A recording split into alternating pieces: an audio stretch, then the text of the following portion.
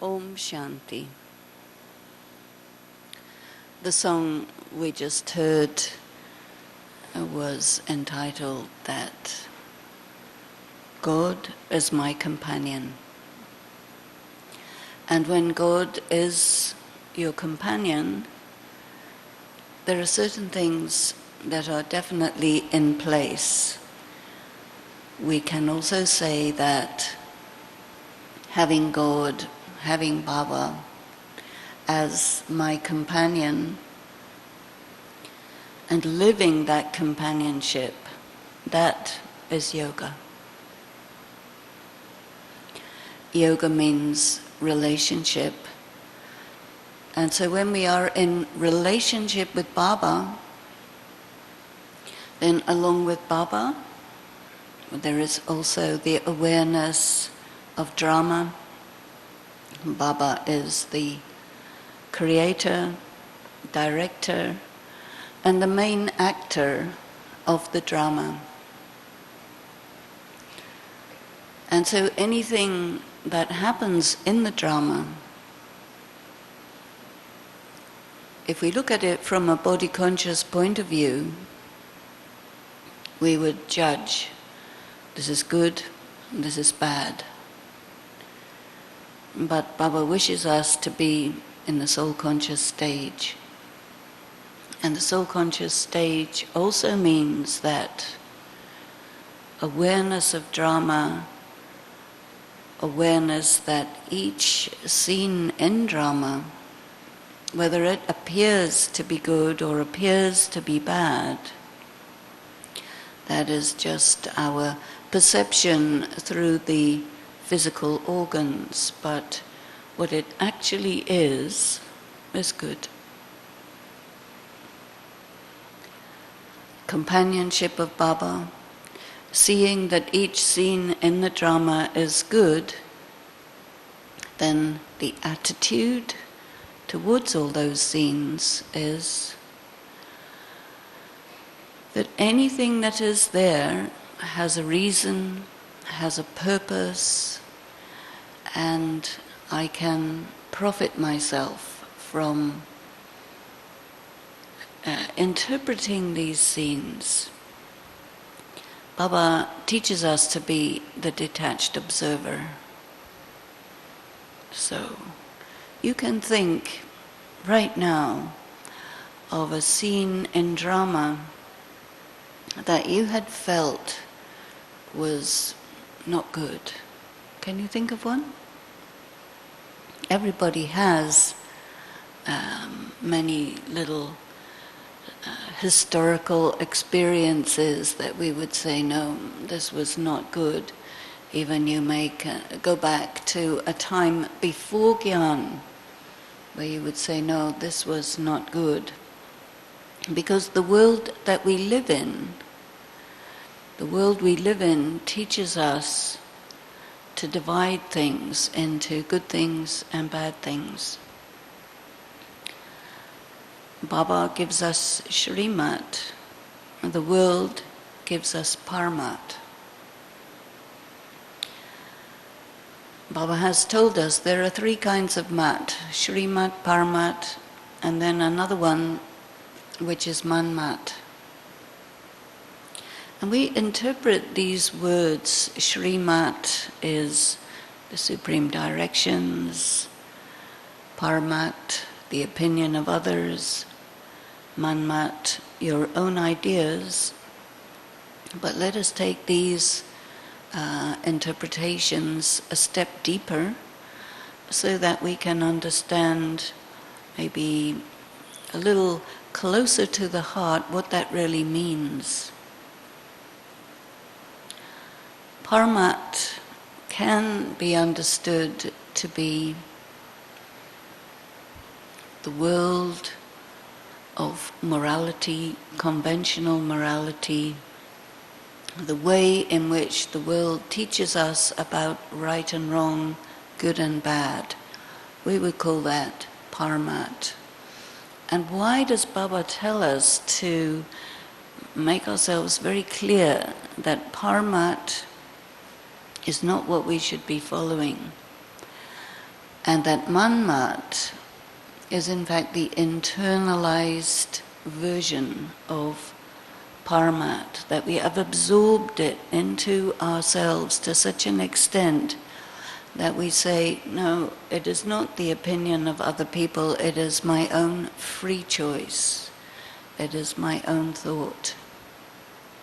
So that effectively, paramat and manmat are the same thing.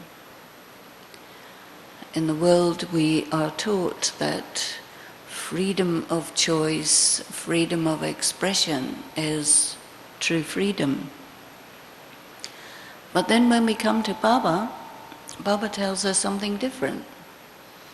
He says, you think this is freedom, but it's not freedom because you are very much under external influences. So paramat is also another way to describe external influences. As we come to Baba, we know the knowledge, we recognize the knowledge, we recognize Baba quite quickly, and then we come into Gyan, we develop ourselves as Brahmins, but to actually go into the depth of understanding the difference between Shrimat and paramat, to the point where we are truly free, that may take more time, because we have to become free from the filters of interpretation that have stayed with us from all of the training and upbringing that we have received in this birth prior to Gyan, and sanskaras that were developed over many, many births before that. So Baba says, make me your companion. Making Baba my companion, you cannot have Baba without the knowledge. Baba has the sanskaras of knowledge. And with Baba comes Gyan. Baba is the bestower of Gyan. So the companionship of Baba also means the companionship of Baba's knowledge. And the key aspect of the knowledge, Baba says, have you been practicing spinning the cycle of self-realization? And this expression, Swadarshan Chakradhari, you can say spinner of the cycle of self-realization. You can also say you become the one who possesses the cycle of the self. The cycle means what? It means that everything is included. Anything good, anything bad. We say, okay, golden age, silver age, that's good. Copper age, iron age, that's not so good. But when you spin it, if you have a top with any different colors on that top, and you spin that top, it becomes something close to white. White is our color, the color of the confluence age. White is the color that includes all colors. Black is the absence of any color. In a worldly way, in a body-conscious way, we look at things in black and white. The black is bad, the white is good. We like the good, we don't like the bad. Baba says, look at it differently. Anything that is within the cycle, anything that is within the drama, when you are perceiving it from the angle of the confluence age, it is good. And Baba says that drama is predestined. As soon as something has occurred, it has gone into history. Before it has occurred, we don't know what it will be. who has seen tomorrow. The only time we have any power in any scene of drama to make any influence on any scene is right at the present moment, and the present moment lasts for only 1 second. So Baba teaches us how to live second by second. Baba gives us the 8 powers. These 8 powers are special weapons, special facilities, capabilities, skills, which allow us to interpret second by second each scene in drama such that we do not come under its influence. This is true freedom. So, position yourself with Baba, second by second, as every scene of drama takes place, and then look at that scene through the eyes or the lens of Gyan. Scene by scene, your acceptance of each scene is complete. I am with Baba, and whatever is in drama is as it should be. And an expression that Dadi Prakash Mani was known to use quite a bit, especially when there were moments in the drama that were shocking or a big surprise. The sign of being stable on the rails of drama, Dadi used to say, nothing new. Everything is predictable. As soon as it's happened, you will say, and we ourselves do say it, yeah, Baba told us. Whenever anything happens that is a surprise or a shock. And so this expression, nothing new, is one that immediately brings you very close to Baba, and you become the detached observer. In this topic of the balance of being a companion with Baba and a detached observer, some people have thought that, well, you have to be either one or the other. You're with Baba, that's very good, or you're a detached observer, but maybe if you're a detached observer, perhaps you might be too isolated, too segregated from what is happening in the drama, and maybe that would make you cold and unfeeling. And people don't want to be cold and unfeeling. That's not human. Baba very often speaks to us about different forms of balance. Even one of the symbols of the power is the balance. The balance being the symbol of the power of discernment, the power of discrimination. And when you are in front of a scene of drama, the first thing you do, okay, I am with Baba, and the second instant you ask yourself, okay, what is this? And you give a judgment. This is, and you describe that thing. And then you experience that thing being with Baba. So whatever it is, it'll be nothing new. Being with Baba, you are experiencing that you're in the right place with Baba. And whatever is happening, you are still first of all with Baba, and second of all engaged in that scene of drama. And then as the seconds follow that particular scene in drama, you're second by second with Baba.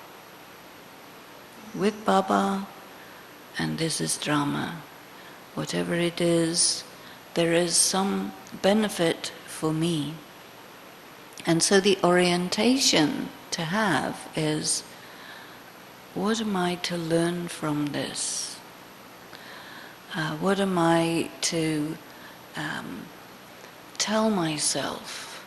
What am I to, how am I going to take this and make it part of my progress so that we never allow any kind of feelings of guilt, regret, upset, anything like that, or why, or what, or how did this happen? Maya likes to give us surprises, because as soon as we come into the spin of why and what and how, then we are destabilized. As soon as we're destabilized, of course, away from Baba. And when we are away from Baba, then we become caught up in the spin of Maya. So every single day that passes contains some or another little scene that you may not have been prepared for. Some little scene that maybe makes you not look good, or makes you seem to be insulted, or something like this. And what will be the immediate reaction? The ego. The ego comes up and says, it makes excuses, it makes debates, it gets into the way and takes you completely away from Baba, pulls you into the activity and pulls you into a state of being emotional. So the ego and being emotional, in many ways, in many instances, they're the same. Having sensitivity in the sense of feeling something deeply, something real, being reactive because of ego, that is something artificial. And we have to really use our power of discrimination on a second-by-second basis to see, okay, am I being absolutely here, present with Baba, detached, and also feeling with the presence of your heart. You feel the situation, but that isn't an ego reaction. And the two are really quite close together. Because what is the ego? It is the substitute for the self, which makes it also the opposite of the self. And when you are truly there, truly feeling in a true way, then that is your pure self, and that is close to what Baba speaks of as your swaman. Generally your swaman, this word will be translated as your self-respect. But sometimes I like to play with the translation and see, is there another way that we can translate this to maybe give another angle or another level of depth to this thing? And so I very often use the word self-honor when Baba is using the word swaman. So the honor of me is not to avoid, but to be really present with each scene of drama. But at the same time, it is also my self-honor to be truly with Baba. This is, I think, yoga. When you are so close to Baba and you are so real The ego reaction is a false reaction. Takes you away from Baba immediately. When you're with Baba, when you're having a true response to that situation, then in the depth of that response is really your virtue. Our virtues, the main virtue is love.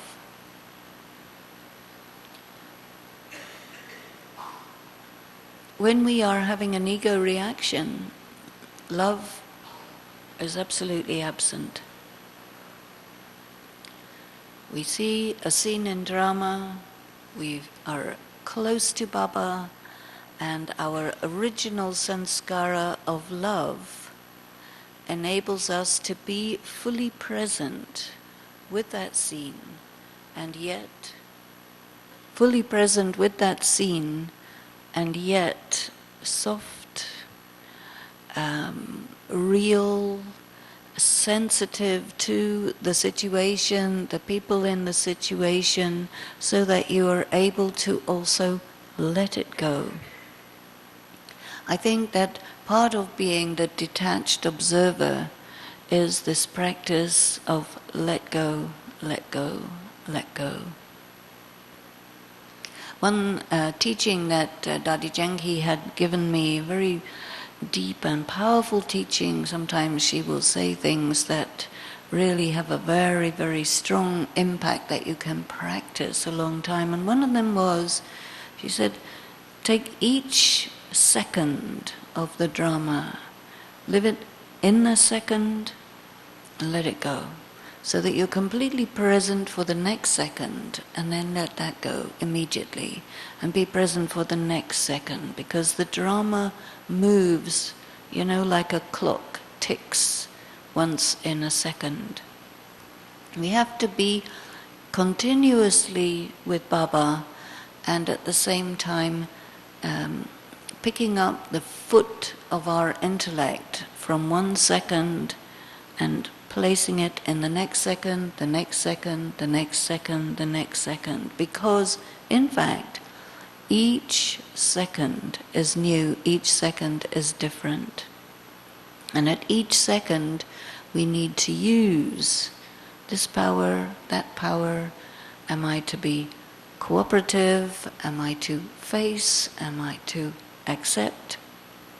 Am I to pack up?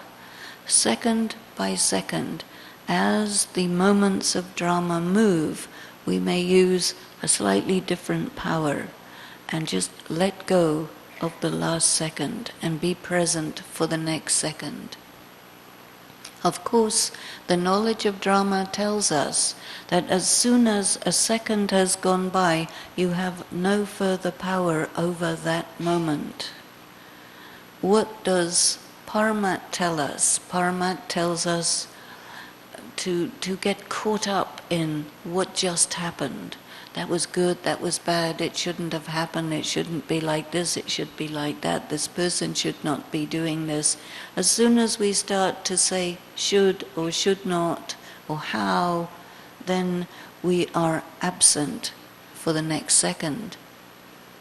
And being absent for the next second means that the way that we handle that second will be according to our old sanskaras, according to the influence of paramat and manmat.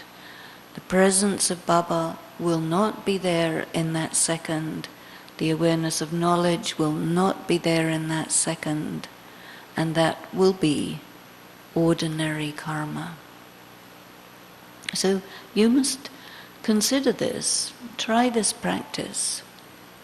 At each second as a continuous experience, a continuous way of being, that my existence is with Baba.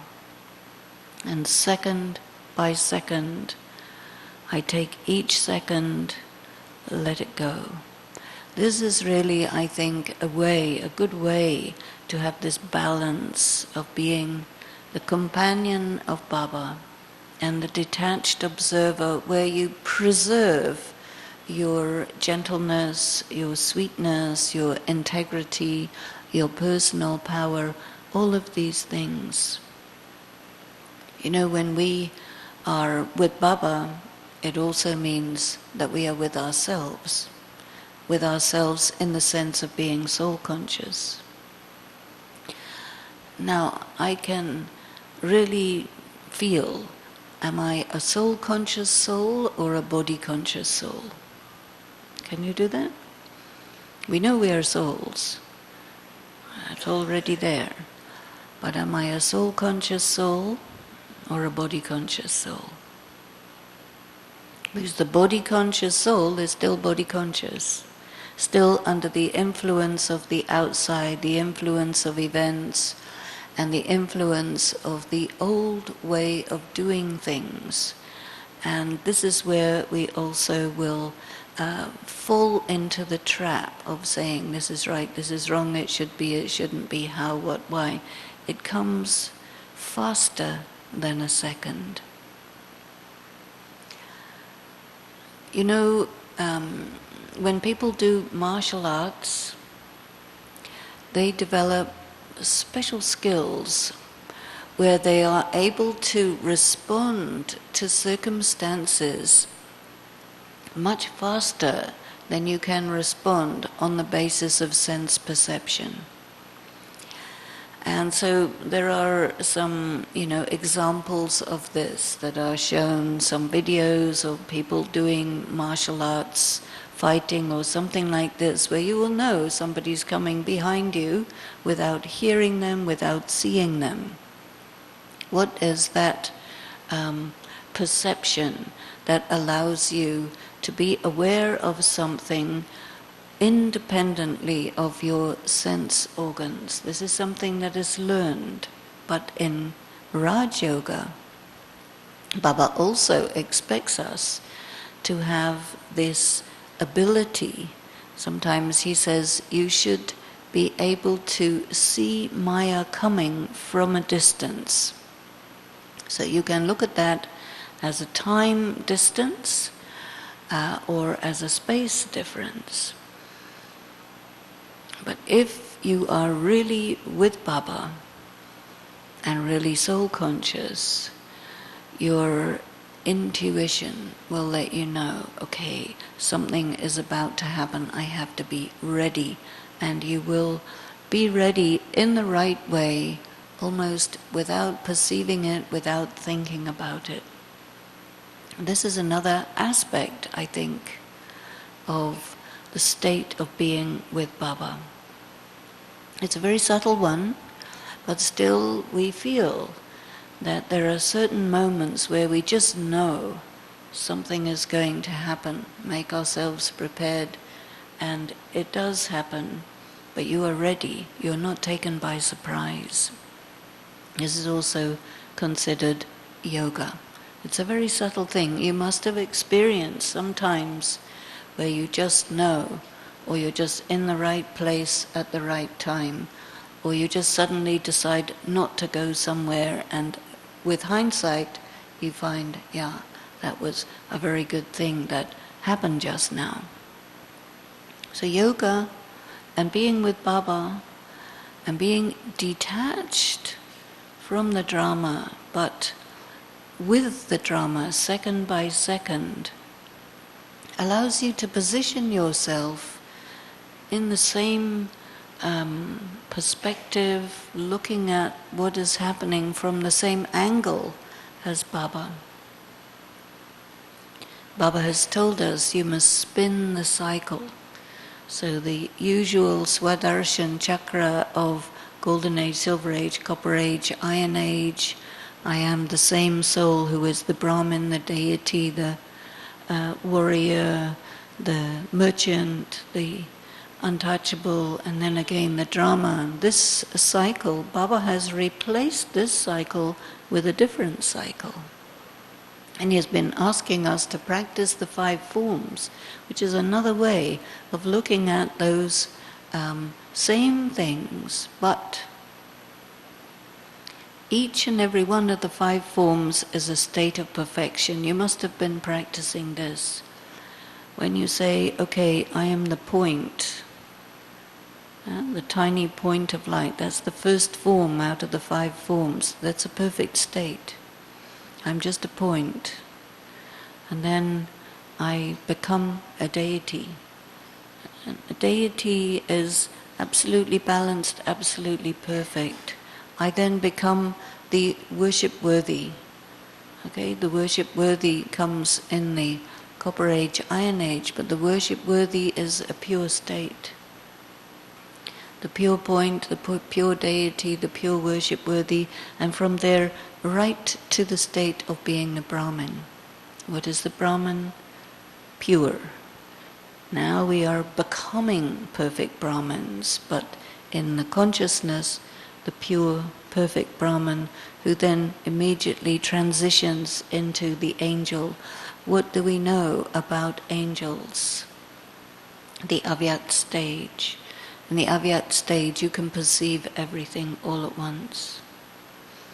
So practicing this stage also helps very much to be so aware of the way that we should be best responding to each and every second of drama, without fluctuation, without regret, without going into the past, worrying about the future, just being right there with Baba in that second and letting go, detached and loving. That is the balance that Baba has demonstrated to us, that the Dadis demonstrate to us, and which we also bring into our personal experience as the children of the great Master, the ocean of knowledge, the one whom everyone is looking for. And I think it is through this balance that we are not ordinary. Baba wants us to be seen by others as something extraordinary. And by practicing these balances, we move away from the ordinary and into the extraordinary. Om Shanti.